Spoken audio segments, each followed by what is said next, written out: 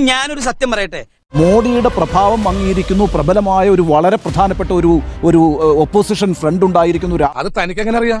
രാഹുൽ ഗാന്ധി ഒരു ലീഡറായിട്ട് എമർജ് ചെയ്തിരിക്കുന്നു. നേരത്തെ നിങ്ങളൊക്കെ സൂചിപ്പിച്ചതുപോലെ അഖിലേഷ് യാദവ്, തേജസ്വി യാദവ് എന്നൊക്കെ പറഞ്ഞ് ഇൻഫ്ലുവൻഷ്യലായി പറയാൻ കഴിയും.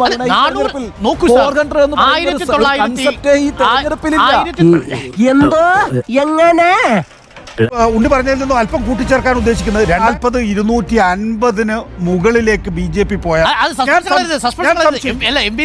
എന്താട്ടാ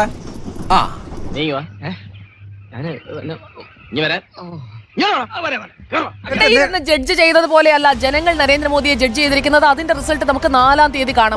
അത് ശരിയാ. Few moments later. ഏജൻസിയും പ്രവചിക്കുന്നു കേരളത്തിൽ BJP അക്കൗണ്ട് ഓപ്പൺ ചെയ്യും. BJP കേരളത്തിൽ അക്കൗണ്ട് ഓപ്പൺ ചെയ്യുമെന്ന് 4 ഏജൻസികൾ പറയുന്നു. ഇത് ഏജൻസികളുടെ അക്കൗണ്ട് ഓപ്പണിംഗ് ആണ്. യഥാർത്ഥ റിസൾട്ടിന്റെ അക്കൗണ്ട് ഓപ്പണിംഗ് കാണാം സാർ. ചിലപ്പോ തോന്നും നീ ഒരു കോമാളിയെന്ന്. നടക്കുന്നു BJPക്ക് അക്കൗണ്ട് ഓപ്പൺ ചെയ്യാൻ. BJPക്കാർക്ക് പോലും ഈ കണക്ക് ഞെട്ടിക്കുന്നതാണ്. കേരളത്തിൽ ഇനി പത്തനംതിട്ടയ്ക്ക് ഇതിന് കൂടെ കൂട്ടിയിട്ടുണ്ടാവുമോ എന്നുള്ള കാര്യമാണ്. ചിലപ്പോ തോന്നും നീ വലിയൊരാളാന്ന്. ഓഹോ, സത്യത്തില് നീ ആരാ? ഒരു സീറ്റ് വരെ വേണമെങ്കിൽ ടൈംസ് നൗ പറയുന്നത് 14 കോടി. അതായത് LDF ജയിച്ചാൽ ജയിച്ചു, അത്രേ ഉള്ളൂ. ശതമാനം, അതായത് 29% LDF കിട്ടുമ്പോൾ 27% NDAക്ക് കിട്ടുന്നത്. അതിനൊരു തീരുമാനമായി.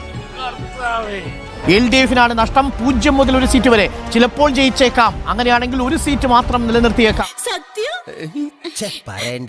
ഇന്ന് ആരെയാണോ കണിയേണ്ടത്? അതായത് എല്ലാ ഏജൻസികളും കേരളത്തിൽ താമര വിരിയും എന്നാണ് എക്സിറ്റ് പോൾ ഫലങ്ങൾ പറയുന്നത്. ഇനി ഒരു തിരിച്ചുവരവുണ്ടാവില്ല ശശി. BJP അക്കൗണ്ട് ഓപ്പൺ ചെയ്യുമെന്നുള്ളത് LDFന്റെ ഇത്തവണയും ദയനീയ പ്രകടനമായിരിക്കുമെന്ന് India Today my Axis survey പറയുന്നു.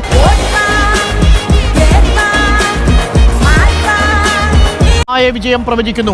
5 ദേശീയ ഏജൻസികളും 380+ എന്ന നമ്പറിലേക്ക് പോകുന്നു എന്നതാണ്.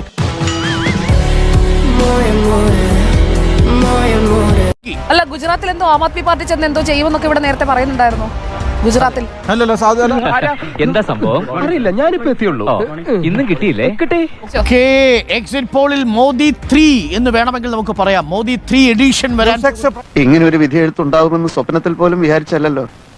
എന്താ ഉത്തമ ജനങ്ങൾ നമ്മളോട് ഇങ്ങനെ പെരുമാറിയത്? നമ്മുടെ ഗവൺമെന്റ് എന്തൊക്കെ ജനങ്ങൾക്ക് കൊടുത്തു? കൂടുതലും വാഗ്ദാനങ്ങളാ കൊടുത്തത്.